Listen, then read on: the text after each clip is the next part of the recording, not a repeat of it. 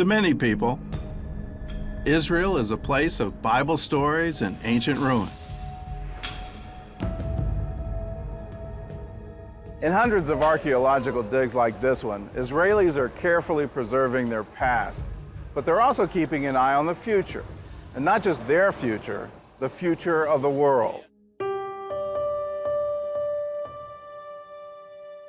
One of the Jewish commandments is tikkun olam, which means, translation to English, is to repair the world under God, to make the world a better place. I see a direct correlation between our belief in tikkun olam and this incredible explosion of activity and innovation in Startup Nation. Today, the world is focused on saving the environment, but Israelis were green long before it was popular, about a century before. It's part of the Zionism dream to create a green land, a green country, and actually with time, with experience and research, we have studied how to do it. The prophet Isaiah wrote about a time when the desert would rejoice and blossom as a rose. To Israelis, that's more than an ancient prophecy. It's a commandment. Israel is a tiny state. Look at a map of our region. We use always to joke, there's not even enough place on the map to write the name of Israel. So we had to conserve it, to keep it, to maintain it. This is what we have. To the early settlers in Israel, going green meant planting trees, and they started in the Negev desert, a place that gets only 1 to 7 inches of rain a year. In the 1940s, Jerusalem was still under Arab control, and Israel's first prime minister, David Ben-Gurion, believed that the Negev was the future of Israel. So he ordered the creation of a man-made forest there. But his team of scientists said it couldn't be done. Ben-Gurion's response? No problem. We'll get new scientists. The prime minister got his new scientists, and the Negev desert began to blossom.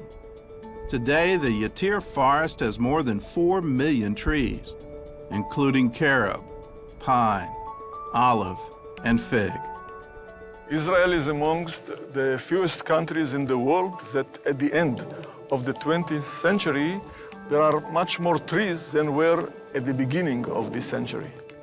Till now, we have planted over 240 million trees, which is a nice number to this small country. In the center of the forest is a vineyard, planted on the ruins of another one that existed here 2,000 years ago. Scientists researched the best plants to grow in the Negev, and one of their sources was the Bible. There are plenty of archaeological ruins everywhere. Water cisterns, dams, terraces, everywhere. And we have started with reconstruction of some of these ancient farms. We have planted biblical trees, and the trees are surviving without additional irrigation by collecting runoff water, the same systems that our forefathers did 2,000 years ago. The trees not only produce fruit, they also clean the environment by absorbing carbon dioxide. Studies show that planting similar forest on just 12% of the world's arid land would reduce carbon in the atmosphere by a gigaton a year. That's equal to the carbon output of 1,000 coal plants. Today, scientists from around the world come to Israel to study the Yatir forest. We like to serve. We are proud to serve all our achievements to other countries. And of course, we want to share our knowledge and study from other countries' experience. Israelis are not only working to protect the environment, they're also looking for new ways to keep the country running without oil.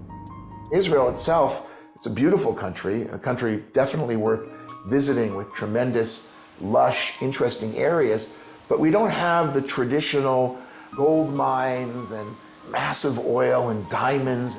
We basically have a country of human resources rather than natural resources. So we very much value what little we have. Israel may be short on oil, but it does have one natural resource that's virtually unlimited. Israel's greatest natural resource, sun. We do have a lot of sun here. It's a hot place, so we produce solar energy. For much of the year, the sun beats down on a land that's mostly desert. But what some might see as a liability, Israel has turned into an advantage. Israelis have been using rooftop solar panels since the 1950s, when they were still unheard of in the rest of the world. 90% of Israeli homes have a solar water heater. There's nowhere else in the world that has that kind of thing. In 2011, Israel's first commercial solar field was completed in the southern Arava Valley. The company, Arava Power, now has 9 other fields under construction and plans for 40 more energy projects in Israel over the next 3 years. Their goal is to supply 1/10 of Israel's power. The company's founders are now building solar fields in several third world countries, like Haiti, Ecuador, and Rwanda.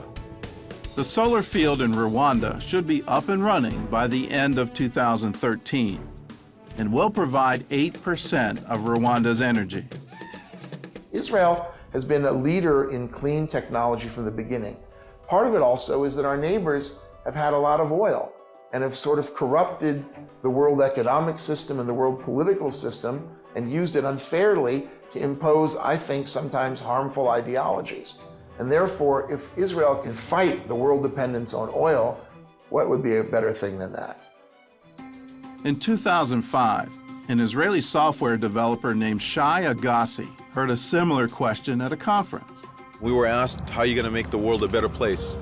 Agassi's answer, take a single country off oil, then the rest of the world will follow.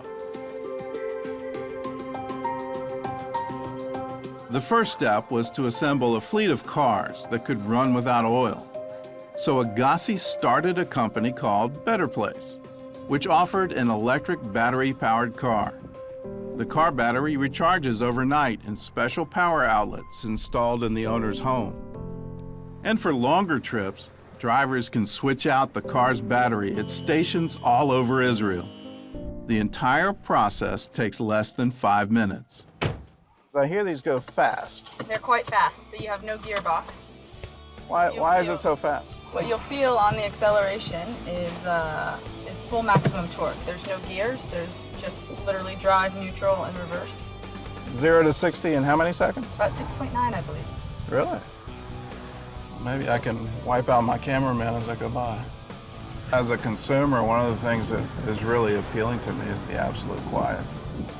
The goal with this car was to make a car and a network that can support it, that appeals to everyone. You don't have to be a greenie to say, I want this car. You can say, I like it because it's fast and has great power and acceleration. And I can fit my entire family in it. That was fun. Unfortunately, public demand for electric cars hasn't caught up with the vision of Better Place, and the company filed for bankruptcy in May of 2013. But some experts say timing is everything, and the battery-powered car will ride again. In the meantime, Israelis have another option that's just as green, and thousands of dollars cheaper.